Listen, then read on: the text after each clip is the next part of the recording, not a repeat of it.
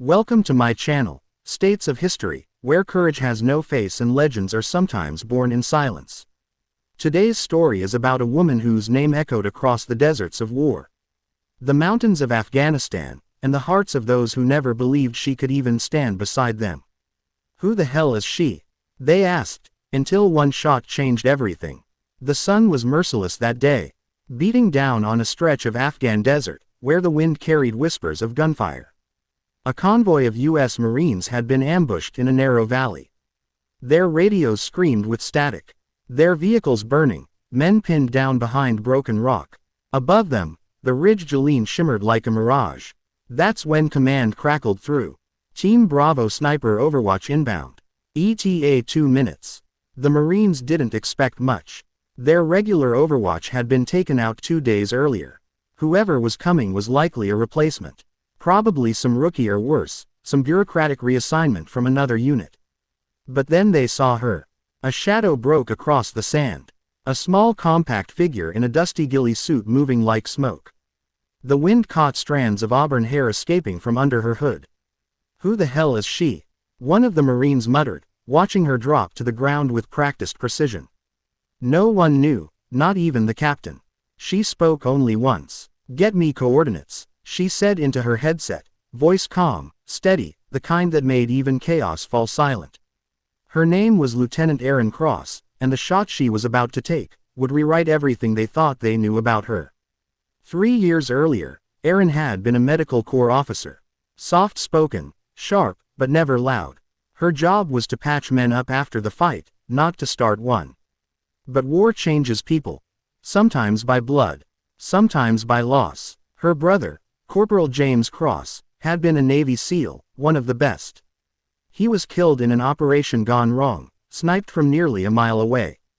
His death shattered her, but it also lit something inside her, something cold, unrelenting. When everyone told her she didn't belong in combat training, she applied anyway. When they laughed at her request to attend SEAL selection, she volunteered again. It took a quiet legend, Master Chief Wyatt Cole, to notice her.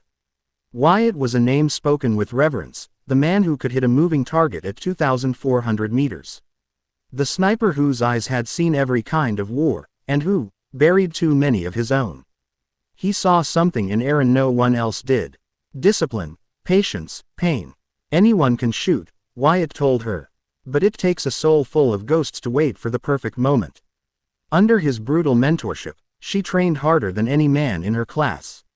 Wyatt broke her down physically, mentally, until all that was left was focus. He taught her to read the wind by the way sand lifted, to hear the heartbeat of a rifle, to control her breathing until it matched the earth's pulse.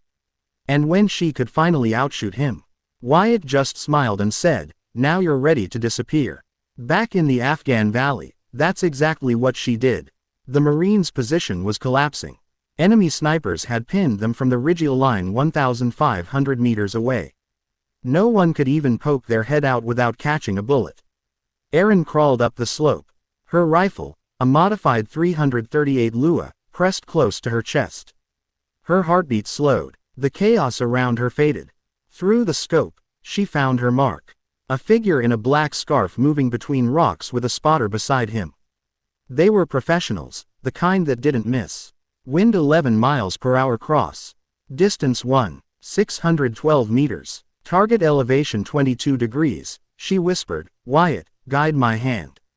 The Marines below had stopped firing, watching her, holding their breath. Then, one shot, the Sioux ND cracked across the valley like thunder. The enemy sniper dropped instantly. A second later, the spotter turned to run. Another shot, cleaner than the first. Silence. For a moment, no one moved. Even the wind seemed to stop. Then the radio came alive with disbelief. Jesus Christ, who the hell is she? By the time extraction arrived, the story had already spread. The Phantom Shooter, they called her. The Ghost Medic. No one knew she'd trained under Wyatt Cole. No one knew she was the last person he'd ever mentored before he died quietly at home 2 months earlier, leaving behind only his rifle, engraved with 3 words. One shot, one soul. Erin never corrected them. She didn't need to. Months later, during a joint SEAL operation in Syria, her legend deepened. Her team was sent to recover hostages from an insurgent camp hidden inside a canyon. It was supposed to be simple. A night drop, silent entry, exfil in 30 minutes. But nothing in war ever goes to plan. They walked straight into an ambush. Explosions lit the canyon walls. Half the unit went down before they could even take cover. Erin's commanding officer, a man who doubted her since day one, was bleeding out beside her. "Cross," he gasped. "Call for air strike." "Negative," she replied, voice steel. "We don't have time." She climbed to higher ground under a rain of bullets, found her position, and set her scope. There were 5 targets guarding the hostages. 5 shots. Wyatt once told her, "Every bullet you send carries a piece of you.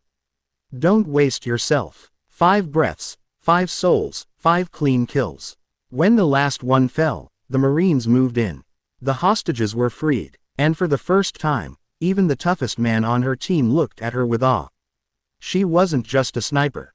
She was the storm they never saw coming.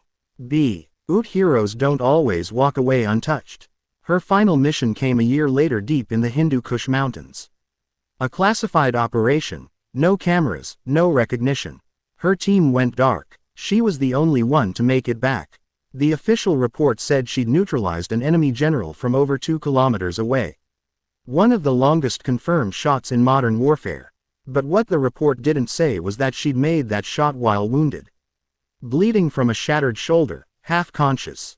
When rescue finally arrived, she was barely alive, her rifle still cradled against her chest. The last thing she remembered before blacking out was the sound of the wind and Wyatt's voice faint and steady in her mind. "Breathe. Wait. Take the shot." Today, Lieutenant Erin Cross lives in quiet anonymity. No medals, no parades. Just a small house overlooking a stretch of desert that looks hauntingly like the one where she made her name.